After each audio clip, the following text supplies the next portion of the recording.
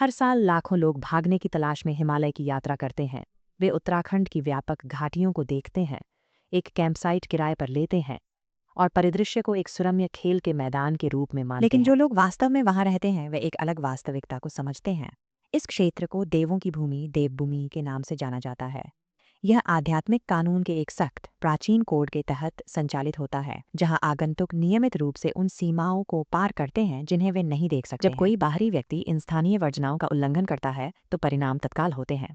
यदि आप इन पहाड़ों की रखवाली करने वाली संस्थाओं द्वारा लक्षित हैं तो पुलिस या अस्पताल में दौड़ने से कुछ भी हासिल नहीं होगा। आधुनिक प्राधिकरण का यहाँ कोई अधिकार क्षेत्र नहीं है। जीवितों द्वारा The शाप landscape दूर acts किए as a जाते हैं। spiritual courtroom. Beach At the में bottom are परजीवी human संस्थाएं taboos, हैं curses जो उस cast on कचरे them. को खा रही हैं। सबसे ऊपर दिव्य मजिस्ट्रेट, आदेश को लागू करने वाले देवता बैठे हैं। इन पहाड़ों में एक अलौकिक मुठभेड़ से बचने के लिए जंगल को ही एक कानूनी मामले के रूप में मानने की आवश्यकता होती है।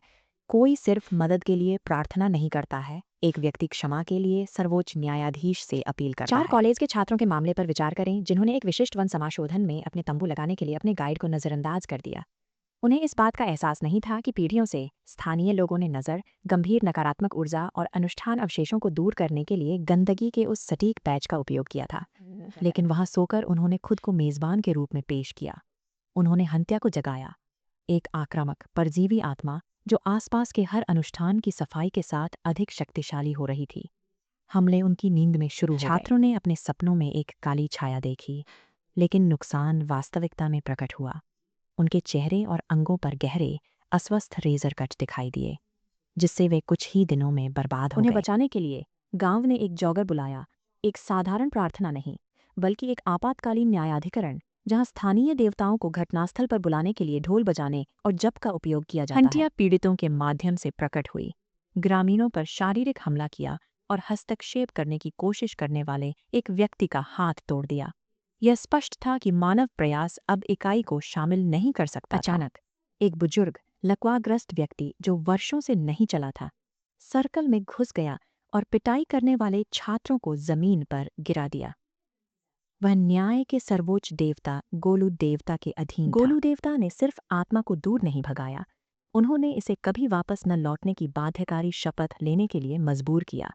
छात्रों को बख्शा गया क्योंकि क्षेत्र के सर्वोच्च मजिस्ट्रेट ने औपचारिक रूप से उनकी सजा को पलट दिया था। क्षेत्राधिकार की पहुंच पानी तक फैली हुई है। 3 पर्यटकों ने एक अलग पहाड़ी झरने में स्नान करने का फैसला किया, इस बात से अनजान थे कि वे एक पूल में अतिक्रमण कर रहे थे जहां पुजारी खतरनाक अलौकिक कष्टों को धोते हैं। पानी क्रिंचा का डोमेन है, जो एक घातक जलीय इकाई है जो अपने प्रतिबंधित क्षेत्र में प्रवेश करने वाले किसी भी व्यक्ति के लिए जल्लाद के रूप में कार्य करती है। 2 लोगों को नीचे खींच लिया गया और तुरंत डूब गए। अकेला जीवित व्यक्ति वापस शहर भाग गया, लेकिन इकाई ने उसका पीछा किया। इसने उसके बाथटब में उस पर हमला किया और उसे एक सार्वजनिक स्विमिंग पूल के नीचे खींचने की कोशिश की। हिमालय छोड़ने से कोई सुरक्षा नहीं मिली। देवभूमि के आध्यात्मिक नियम में जहां भी पानी मिलता है, अतिचारियों का अनुसरण करने वाला एक सक्रिय वारंट होता है।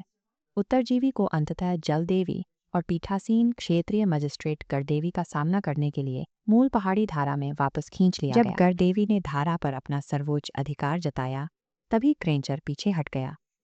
यह एक अनुस्मारक था कि देवभूमि में हर नदी और झरना एक विशिष्ट संप्रभु का है। ये संस्थाएं यादृच्छिक बुराइयां नहीं हैं, वे अनुष्ठान की दुनिया के मैला ढोने वाले हैं। मानव पीड़ा के अवशेषों और प्राचीन शापों की सफाई पर वसा और शक्तिशाली हो रहे हैं। क्योंकि यह न्याय इतना तत्काल है, स्थानीय लोग अपने देवताओं के साथ सक्रिय न्यायाधीशों के रूप में बातचीत करते हैं। लोग गोलू देवता को औपचारिक याचिकाएं लिखते हैं, अपनी शिकायतों का विवरण देते हैं और इन कागजों को मंदिर की घंटियों से बांधते हैं। हर घंटी एक ऐसे मामले का प्रतिनिधित्व करती है जिसे सुना गया है। इन दीवारों से लटके हजारों वजन दिखाते हैं कि इस क्षेत्र के लोग कितनी बार ईश्वरीय निर्णय की तलाश करते हैं। पूरे क्षेत्र के संतुलन को बनाए रखने के लिए हर 12 साल में हजारों लोग नंदा देवी राज जाट यात्रा के लिए इकट्ठा होते हैं, जो ऊंची चोटियों के माध्यम से 280 किलोमीटर की कठिन तीर्थ यात्रा के अंत में एक पवित्र 4 सिंग वाले मेढ़े को प्रसाद से भरा जाता है और अकेले हिमालय के उच्चतम पहुंच में भेजा जाता है। यह समुदाय की अंतिम श्रद्धांजलि है, जिसे सीधे दिव्य न्यायालय के द्वार पर पहुंचाया जाता है। देवभूमि में पहाड़ कभी भी सिर्फ नज़ारा नहीं रहते, वे एक ऐसा क्षेत्र है जहां हर कदम दर्ज किया जाता है, हर वर्जना की एक कीमत होती है और देवता हमेशा सत्र में रहते हैं।